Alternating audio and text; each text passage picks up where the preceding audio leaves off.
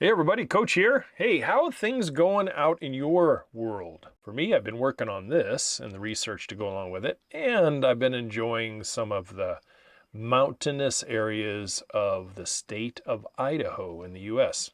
You know something? There is more than one school of thought when it comes to planting and when it comes to soil amending, which is what we're talking about today. Some folks think it is a waste of time. A total waste of time. Just get the plant, put it in the soil where it's going to live, and let it be. Sink or swim type of thing. Others swear by it.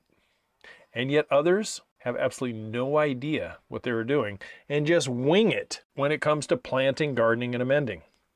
Well, you can probably guess which camp I tend to sit around the fire in. It is generally the ones by swearing by it. We're going to go into great depth about this. I have a few things to talk about when it comes to soil amending, so let's dive in. As always, I am very glad you're here. Let's get started. Hey friends, Maestro here, just dropping a reminder to check out the podcast description for discount opportunities and any important links. Also, if you're listening to this podcast on a specific app, please don't forget to rate and review the show. It helps us grow and continue to provide these free podcasts. First of all, let me start off by telling you this will not be an episode in soil chemistry, microbiology, or soil sciences. No. What this will be is an episode for the greenish thumb people to the brown thumb homeowner that struggles with planting and wasting dollars after dollars and seeing very little or no return on what they do. They freaking throw their gloves up in the air and say, screw this, I am done. It can just do whatever it wants to do. Seen a few people like that. Know anybody? You know, in doing some research for this episode, I see that many other channels and on the Googs has a lot of formal sciences when it comes to soils and plantings and that kind of stuff available to you if you want to dive really deep down that proverbial soil science rabbit hole. I'm not going to do that to you. I think number one, it would bore the hell out of you. And number two, it would just drag it way far out. It really was. Okay, so many decades ago, I had to sit through those classes and learn what I needed to continue on with my ornamental horticulture studies and wrap my head around what is best for not only anything I was going to plant for myself, but more importantly, what I was doing for other people. Some of it was interesting. Yeah, there was just some stuff, it was not, okay? It's just something you had to get through. So let's take a look at the why. And I don't mean the letter Y, I mean the word why. I believe strongly that nothing should be planted in just native soils without amending or changing, amending or changing the soil makeup basically at the site of the planting. Why? That's what we're talking about. Think about the soil makeup that your recent purchase is made up of. The little container where your little 4-inch whatever or your 5-gallon shrub. Look at the soils in the wholesale and retail horticultural world. When you buy at the nursery, the soils consist of a professionally created light organic material, maybe some perlite, peats, and other materials that are mixed in there, some compost, and everything is perfect. Literally, in some cases, steam sterilized, so no pathogens or anything that could damage the plant material that they're going to be growing to sell to your nursery, which is going to be sold to you, could ever come about. I have never seen, with the exception of balled and burlap material, native grown soil container stock. Your baby tomatoes, your pretty little 4-inch perennials or gallon can perennials, annuals in 6-packs, maybe trees and shrubs, have precise, balanced soils created specifically for those specific plants and what their needs really are. That is the professional soil chemists hard at work to create a growing medium that causes retail plants the perfect environment to grow fast, and prepare for the retail world. You know, if you had a 4-inch anything and you put it in the wrong soils with the wrong pH, the wrong makeup, too thin, too light, too heavy, and they sat there. Those are dollars that are sitting there. And for a wholesaler and a retailer, sitting dollars are a dagger to the heart of their business. They need things that are going to germinate quickly under perfect conditions, grow really quick under perfect conditions, then be packaged up and shipped to retail situations where they are at their peak of beauty. And then you and I walk in the retail stores and go, oh, wow, I want these. I need these. I've never seen those. I got to have those. It's because of the soil chemistry that was behind it to bring that along in such a rapid pace. Now you buy the little pretty at the retail nursery, bring it home and dig a little hole, plant that little pretty in its native soil hole, and you find that it just sits there most of the time.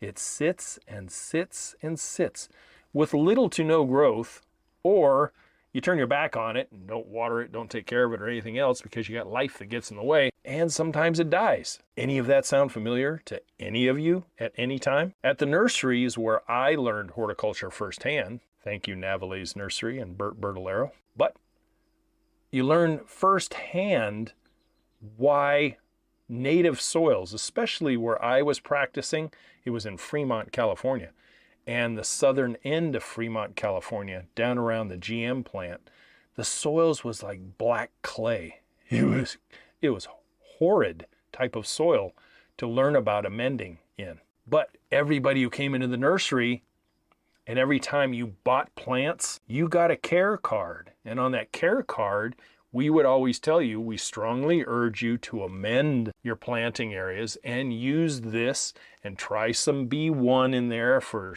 root stimulus, etc. Now, some people would, and some people, oh, you're just trying to sell me more stuff. I get it. But why did we do this? Why? It's for transitional purposes. It's taking that plant that is so accustomed to being in a perfect soil, and now you're going to put it into an imperfect world of your soil, that you're transitioning it. You're making it the best possible planting hole you can.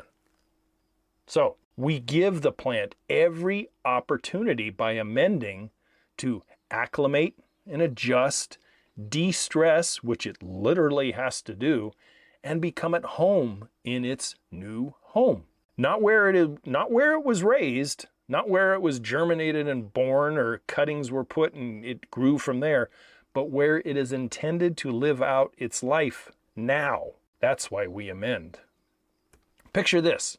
Here's a little analogy for you. A human baby, okay? A precious new human baby is born. Pretty stressful situation for a little infant, don't you agree? That new little human, it is helpless, fully dependent on medical and or parental care. It requires only certain nourishment at first. Maybe the baby is breastfed, maybe it's bottle fed, it doesn't matter. You're generally starting it off on kind of a liquid diet. Then it is gradually introduced to light solid foods, and then eventually everyday foods. You would not introduce that brand new infant to a 20-ounce ribeye with a baked potato and all the fixings and a glass of Merlot as its first meal. Okay? Results would be disastrous. Don't you agree? Well, you know something? Plants are very similar. You know, raised under those perfect conditions, just like that baby was for 9 months. Then shipped to a whole new location that it is not used to, and displayed on some new shelf that it doesn't know where it's at, in who knows what kind of environment, and then sold and transported to another new environment, yours, and hopefully planted outside the container into the ground or other container, whatever the end game is for that plant. Now, plants are not people. I'm not suggesting that, but they do go through stress and they do go through shock. And if they don't receive the same care as they did at the wholesalers, then they're going to feel it, I guarantee you. Pretty stressful, right? You know, when I sold plants, either as a nursery professional or as a contractor when I was putting it in people's yards.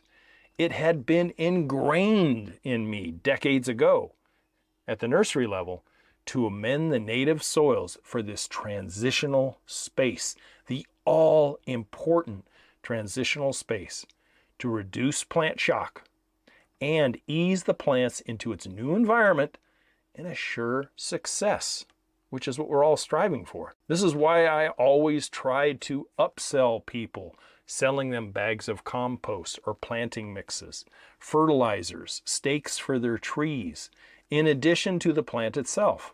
We called them tie-in sales back then, but it also assured folks had success and not failure.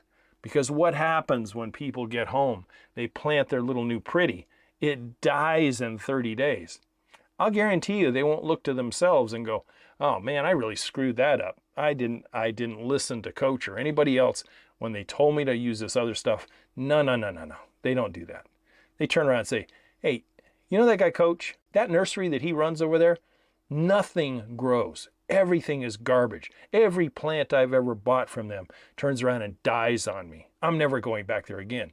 And that person tells 12 people, you know where that's going. Same thing when I was contracting.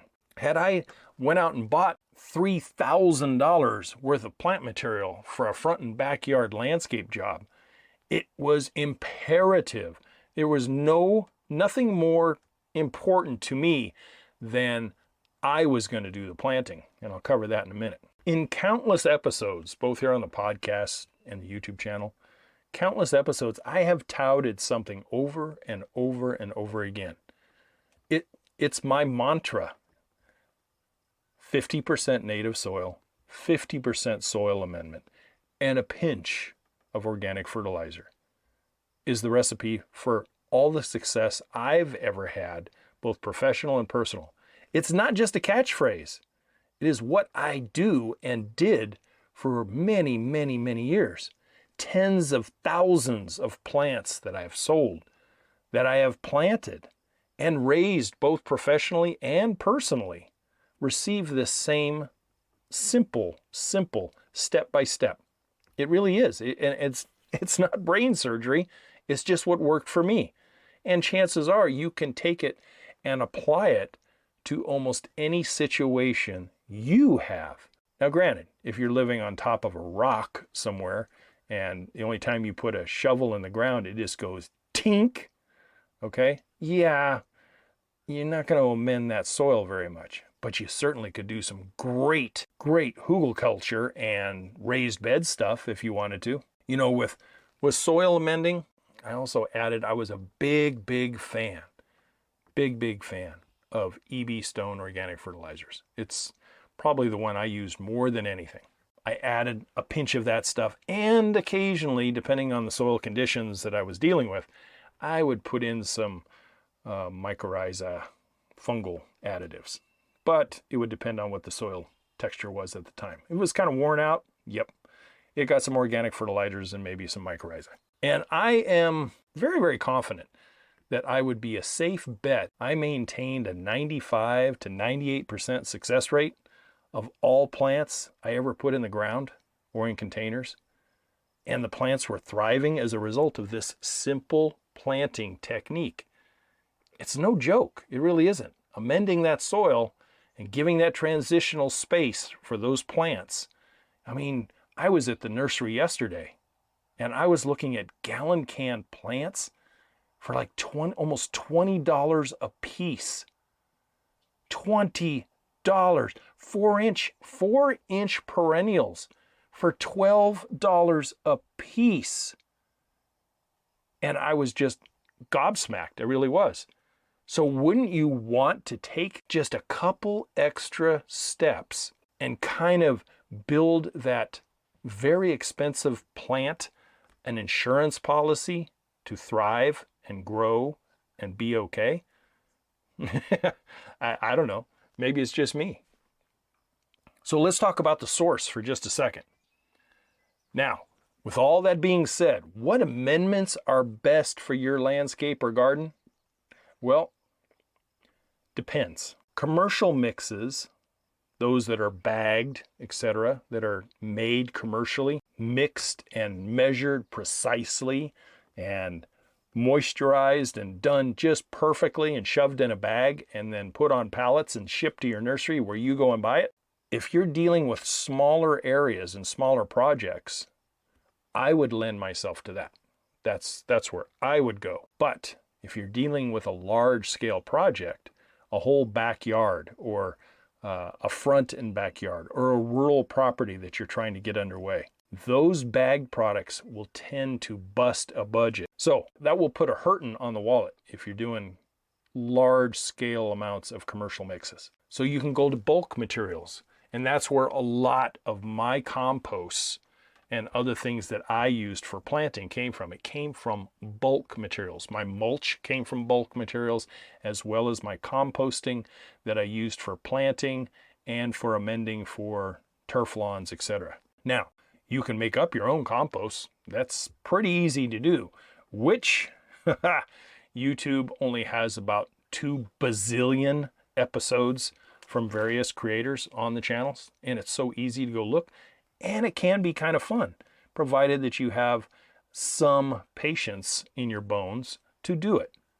Some people do not. As some of the comments have come up this week, they are just everyone's instant gratification for some reason. Sum it up by saying anything relatively composted.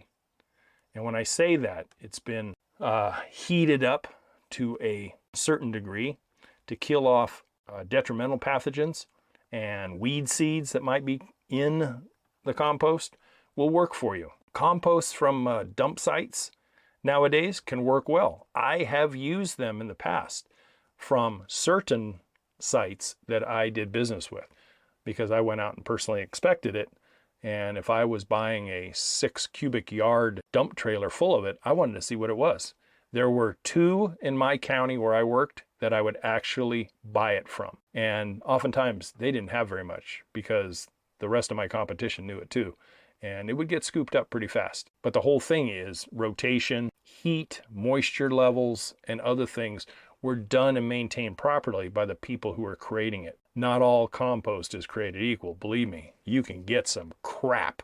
And I can remember buying one trailer full where I actually found hypodermic needles in it. And that just appalled me. I took it back to the bulk soil yard and I dumped it right back in their thing. And then I took the 2 baggies and I said, this is what your organic compost is infected with. And they were astonished. They too were gobsmacked. But as a contractor, I would use those bulk composts to amend, along with some organic fertilizers I talked about, mycorrhizae occasionally. The small job areas that I did, there would be times where I'd go out and buy a dozen bags of a professional mix because the job was not that big. But to remain competitive and keeping prices in line with my competition or slightly below, and not to be the most expensive dude out there to hire, bulk materials were more cost effective than the bags. So I kind of stayed with it. But I never diverted away from it, ever. It always got something. And when you are ready on that planting day, whatever it is, we'll just say, it's a Saturday morning. You bought your plants the week before. You've had them in the backyard acclimating. You've kept them wet. Maybe you even gave them a little dose of food. And Saturday is there now. You have your bags of compost or whatever it is, your bags of soil amendment, or your pile that you've ordered and had delivered, whether it be just you alone or with a team of friends or family, or if you are a pro, maybe you got a couple of worker bees, it's an assembly line. It's literally a production line of planting day. Like I mentioned earlier, since I used to have to guarantee my plants a minimum of 45 days after the job was complete, provided people followed my instruction, and some did not, I was in charge of all my plantings in more ways than one. I would have somebody digging the holes, maybe a couple guys digging holes and taking the plant, setting it in the hole with the little pile of excavated soil right next to it. Not thrown all over the yard, a small, neat pile right next to the hole. Nothing more. And then they would move on to the next hole. I would come through with a wheelbarrow of my compost and bags of the fertilizer, and I would do the planting. Every single plant that ever went in the ground as a professional, I touched. Because if not, and it was done wrong, and I got lazy, and I was running all over Hell's Half Acre while my crew was planting, and something went wrong, and I lost 20 out of 100 plants, guess who was on the hook for it?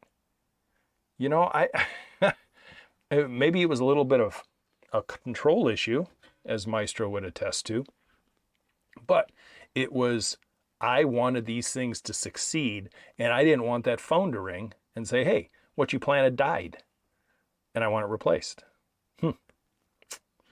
It was not brain surgery, and the follow-up guy would be in charge of watering at my direction and cleaning up, raking up, and preparing for either the next phase of whatever was going to, maybe it was drip irrigation or whatever, but he would be the follow-up. So it was not brain surgery, not in any way, shape, or form, but it was a professional way of approaching landscaping and planting day, which you can follow as well. You know, when you're dealing with those thousands of dollars in plant material, you just didn't take any chances. At least I didn't take any chances, period, ever. And in the years that I was a professional contractor, I only replaced one 15-gallon tree in my professional career. One. Now, does that mean anything died and people just didn't call me? I don't know, perhaps. But I would like to think, since I did like a 30-day check back, if something had died, I would have heard about it. Now, after that 30 days, no, I generally did not contact my customers unless they contacted me.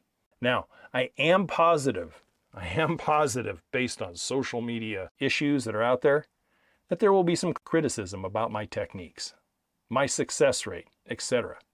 I have found that trolls exist for everything and everyone. They just have no appreciation for the amount of time and effort that goes in to offering free advice for people. They want to jump on the backs of the creators and beat them down. I don't know why.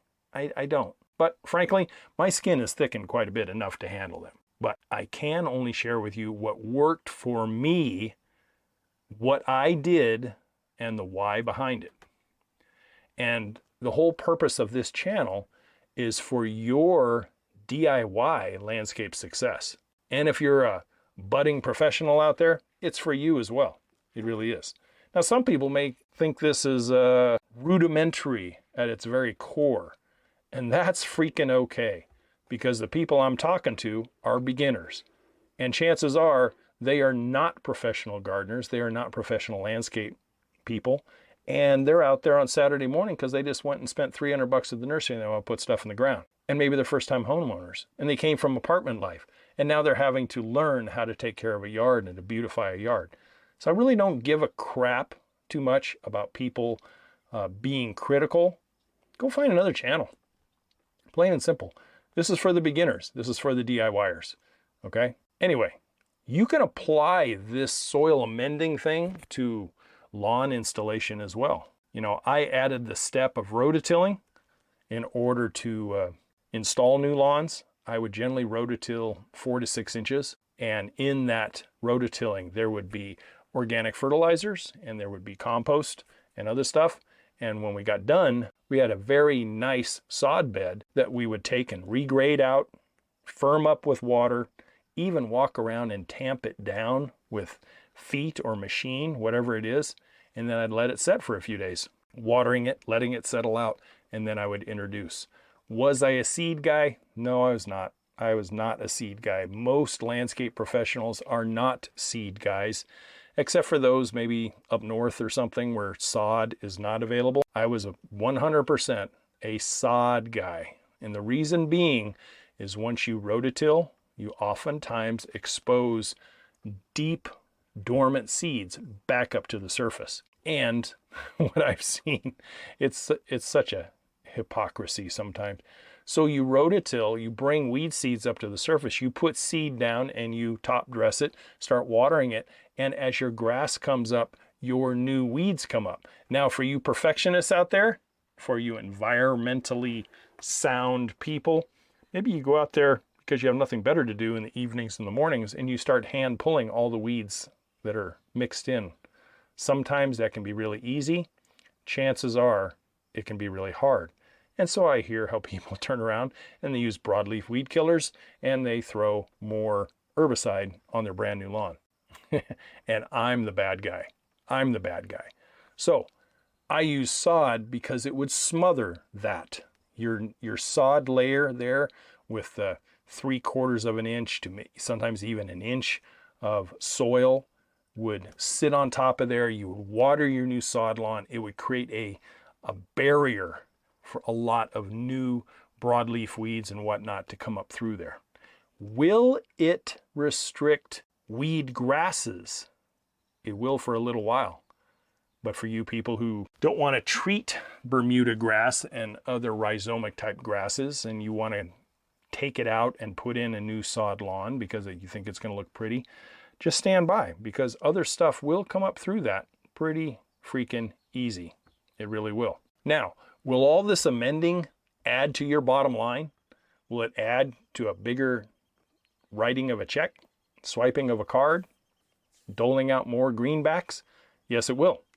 But like I said earlier, this is an insurance policy against failure. It really is. It's far cheaper to do this than to go back and start repeat plant replacement over and over. You know, done right one time with a very high success rate introduced into this whole planting mix. You just cannot get any better than that. And it's simple. It's not super complicated. Lastly here, and then I'll let you guys go, another piece of advice. I just give this stuff away. I really do.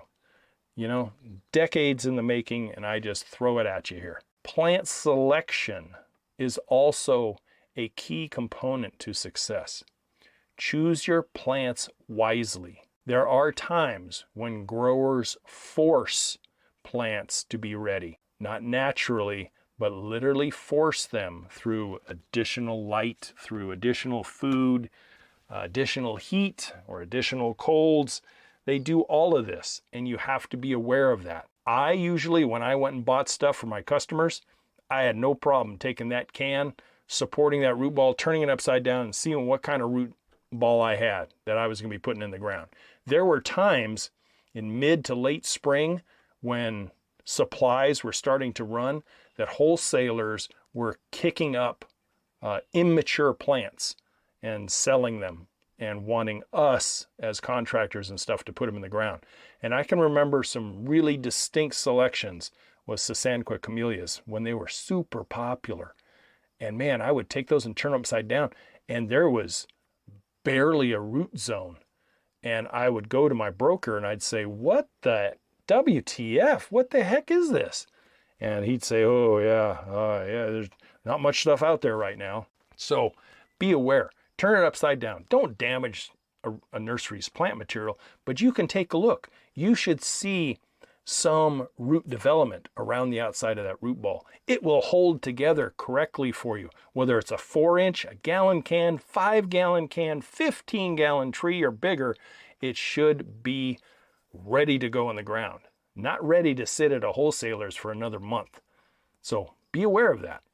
Underdeveloped root systems can cause the plant to look okay, but will fall apart and tend to be very shock prone when planting day comes along.